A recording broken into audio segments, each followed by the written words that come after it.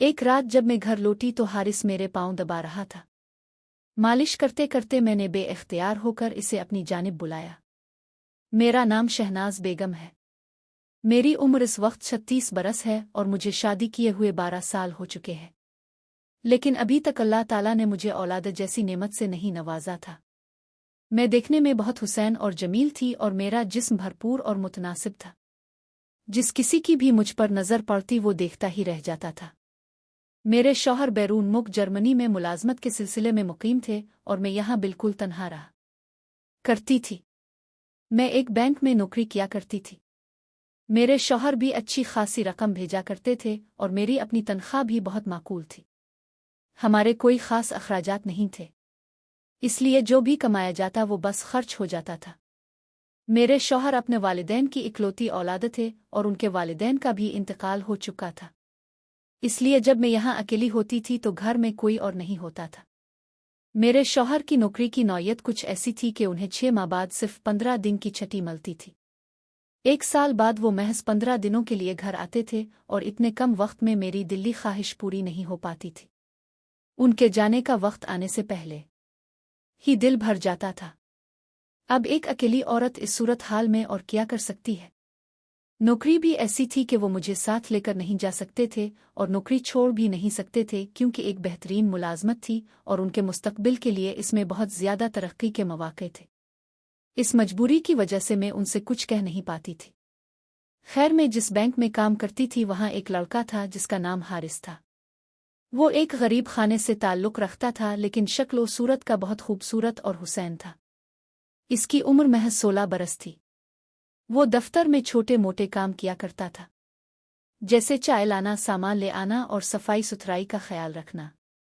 वो बहुत मेहनती और फर्ज शनास था, मगर उसकी तनख्वाह बहुत ही मामूली थी। मुझे इस लड़के की हालत जार देखकर बहुत तरस आता था। एक बार दोपहर के खाने के वक्फे के दौरान मैंने इसे अपने दफ्तर में बुलाया। गर्मी का मौसम था और शिद्दत की गर्मी पड़ रही थी। इसे पसीने में शराबूर देखकर मुझे इस पर बहुत रहम आया। मैंने इसे अपने पास बुलाकर खाने की मेज़ पर अपने बराबर बिठा लिया और उससे कहा कि मेरे साथ खाना खाओ। वो इनकार करते हुए ये कहने लगा, मोहतरमा साहिबा, मैं आपके साथ खाना नहीं खा सकता। अब लोग अमीर और आला मर्तबे वाले हैं, हम गरीबों की क्या मजाल के आपके बराबर बैठकर खाना खाएं। लेकिन मेरे बहुत इसरार करने पर बिलाखिर वो मान गया और मेरे पास बैठ गया। मैंने इससे इसके घर के हालात पूछने शुरू कर दिए। इसने बताया कि इसके वालिदैन का इंतकाल हो चुका है।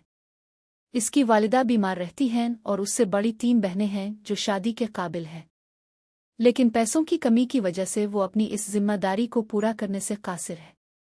ये सब बातें करते करते इसकी आंखों में आंसू आ गए। मैंने आगे बढ़कर उसके आंसू साफ किए और इसे तसल्ली दी कि हिम्मत रखो, अल्लाह ताला ज़रूर सब कुछ ठीक फरमा देगा। वो लड़का गांव से आया हुआ था और हर रोज़ शाम को अपने घर वापस जाया करता था। मैं दिल ही दिल में सोचने लगी कि ऐसा क्या किया जाए कि इसकी मदद भी हो सके। फिर मेरे ज़हन में एक ख्याल आया कि क्यों ना इसे अपने घर में मुलाजिम के तौर पर रख लिया जाए।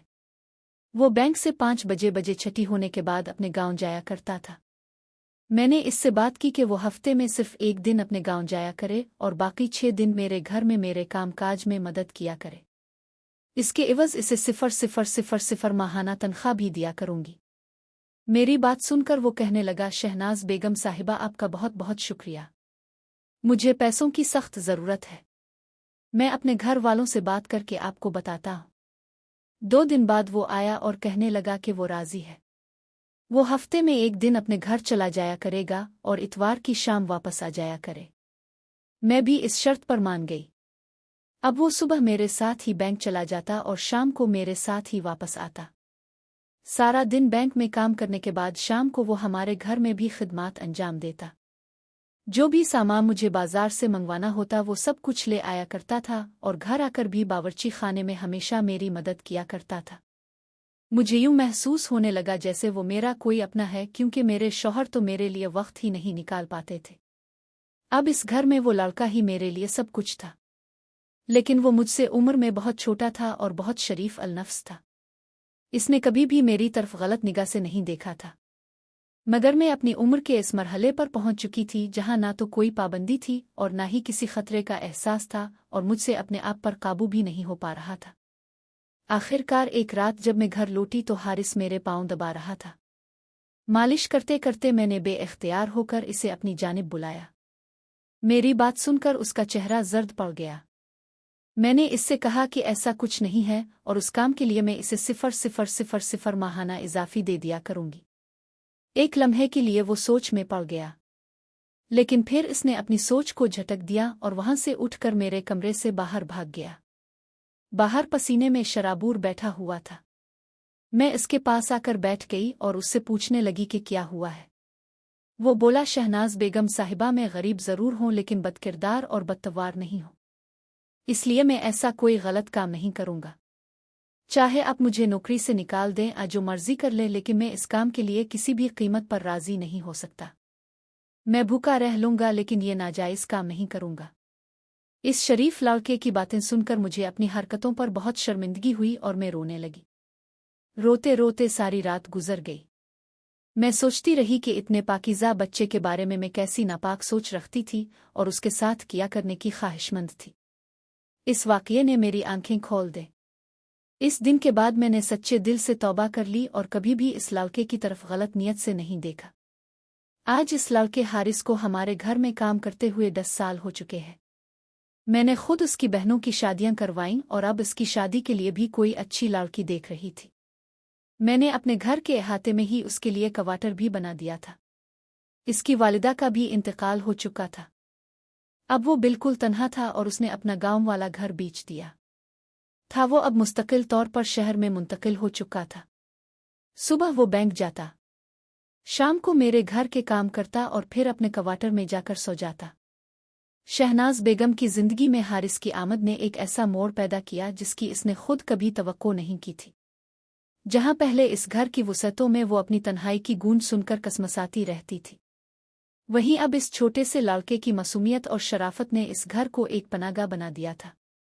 शहनाज बेगम के शौहर जब भी जर्मनी से 15 दिन की छुट्टियों पर आते तो वो हारिस की कारकर्दगी और वफादारी देखकर बहुत खुश होते और शहनाज बेगम से कहते कि ये लड़का कोई आम मुलाजिम नहीं बल्कि हमारे घर का मुहाफिज और अपना बच्चा है। वक्त अपने पर लगाकर गुजरता रहा और हारिस की उम्र भी बढ़ती गई, मगर उसकी आंखों में वही पुरानी शर्म और हया और माथे पर वही भूलपन बरकरार रहा। बैंक वाले भी इसकी मेहनत और दियानतदारी से इतने मुतासिर हुए कि उन्होंने इसे चपरासी के आर्जी काम से निकालकर क्लर्क की मुस्तकिल नौकरी पर रख लिया। ये खबर सुनकर शहनाज बेगम की खुशी की इंतहा न रही। इसने फौरन घर में हलवा पकवाया और हारिस को मुबारकबाद देते हुए कहा कि बेटा, तुमने तो अपनी किस्मत खुद बदल दी। अब तुम्हें सिर्फ आगे बढ़ना है और अपनी बहनों को भी संभालना है। इस वाक़ये के बाद शहनाज बेगम ने हारिस की तीनों बहनों की शादियों का बंदोबस्त खुद करने का तहैया कर लिया। वो अपनी तनख्वाह का एक बड़ा हिस्सा और अपने जेवरात में से कुछ कीमती चीज़ें निकालकर हारिस के हवाले कर देती और कहती कि बेटा, ये तुम्हारी अमानत है, अपनी बहनों के नसीब संवारो। हारिस की आंखें डबडबा जाती। शहनाज बेगम इसे डांट कर खामोश करा देती कि एहसान मंदी की बातें करके रिश्ते का तकद्दुस ना बिगोड़ो। इसके बाद दीगर हारिस की तीनों बहनें बड़ी शान और शौकत से अच्छे खानों में ब्याही गईं और उनके जहेज से लेकर वलीमे तक का हर इंतज़ाम शहनाज बेगम ने अपनी निगरानी में करवाया। महल्ले और रिश्तेदारों की ज़बानी यही बात थी कि शहनाज बेगम ने ये सब कुछ करके कोई आम भलाई नहीं की बल्कि एक पूरे ख़ानदान की कफ़ालत का सवाब कमाया। बहनों की रुखसती के बाद हारिस बिल्कुल तन्हा रह गया था। गांव वाला मकान वो पहले ही बीत चुका था और अब इसका कोई अपना गांव में नहीं रहता था। शहनाज बेगम ने अपने शौहर से मशवरा करके अपने घर के साथ लगे हुए प्लाट में एक छोटा सा लेकिन निहायत आरामदेह क्वार्टर तामीर करवाया ताकि हारिस का अपना एक ठिकाना हो और वो ये महसूस न करें कि वो किसी के घर में नौकर की हैसियत से रह रहा है। अब हारिस की जिंदगी का मामूल बिल्कुल बदल चुका था। सुबह वो शहनाज बेगम के साथ ही बैंक जाता और अब वहां उसकी एक अलग शनाख्त थी। कोई इसे चाय वाला लड़का समझकर आवाज नहीं देता था बल्कि सब इसे हारिस भाई कहकर इज्जत देते थे। शाम को दफ्तर से वापसी पर वो शहनाज बेगम के घर का तमाम तर हिसाब किताब रखता। बिजली के बिल से लेकर राशन की फहरिस्त तक हर चीज में शहनाज बेगम का हाथ बटाता और रात को अपने क्वार्टर में जाकर सुकून की नींद सोता। शहनाज बेगम को अक्सर अपने आप पर हैरत होती कि जिस लड़के को इसने महज 10 रुपए खाकर खाना खिलाया था, आज वही लड़का इसका सबसे बड़ा सहारा बन चुका था। इसकी वो रात जब इसने अपनी ख्वाहिश के आगे घुटने टेक दिए थे से याद आती तो शर्म से इसका जिस्म लुढ़क जाता, मगर फिर दिल में ख्याल आता कि शायद कुदरत को यही मंजर दुखाना मकसूद था ताकि वो अपनी कमजोरी पहचान कर सच्चे दिल से तौबा करे और इस लड़के को एक मुहाफिज फरिश्ते की तरह अपने घर में रख ले।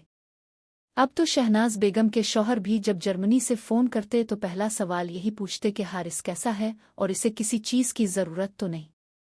उन्हें इस बात का कामिल इत्मीनान था कि उनकी गैर मौजूदगी में उनकी बीवी और घर की हिफाजत की जिम्मेदारी हारिस से बेहतर कोई और नहीं निभा सकता। जब हारिस 25 साल का हो गया और ज़िंदगी की दौड़ में कुछ कदम खुद संभल कर चलने लगा तो शहनाज बेगम को इसकी शादी की फ़िक्र दामनगीर हुई। वो अक्सर महफिलों में बैठकर सोचती कि इस शरीफ और खूबसूरत नौजवान के लिए कोई ऐसी लड़की तलाश की जाए जो इसकी गुर्बत न देखे बल्कि इसकी शराफत और वफादारी की कदर करे। शहनाज बेगम ने अपने शौहर को लिखा कि अब वक्त आ गया है कि हम हारिस को इसकी मेहनत का सिला दें और इसे एक अच्छे खाने का दामाद बनाएं।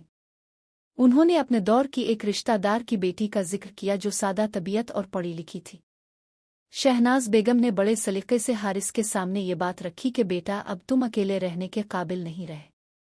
तुम्हें एक ऐसी रफ़ीका हयात की ज़रूरत है जो तुम्हारे इस नए क्वार्टर को घर बना दे।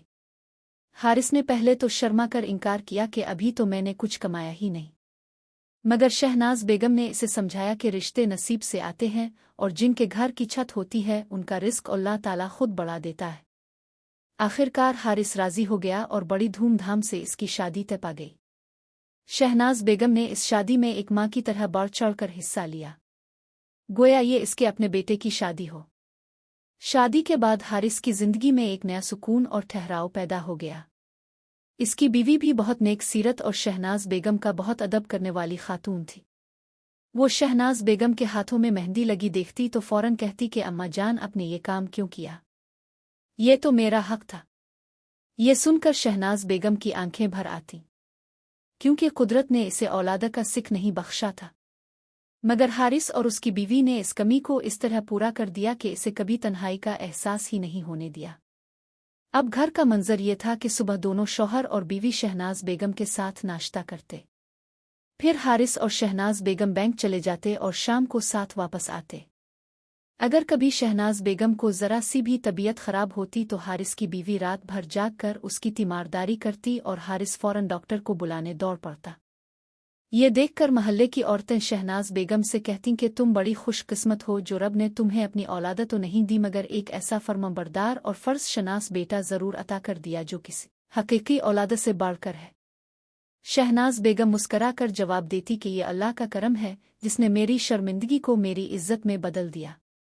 यूं शहनाज बेगम की वो कहानी जो एक गुनाह की तरफ माइल होने वाले लम्हे से शुरू हुई थी, वो तौबा और नेक नीति की बदौलत एक ऐसे अंजाम पर पहुंची जहां इसे सच्ची मोहब्बत, खुलूस और ख़ानदानी रिश्तों की पासदारी का अनमोल तोहफा मिला। हारिस अब इस घर का वो सुतून बन चुका था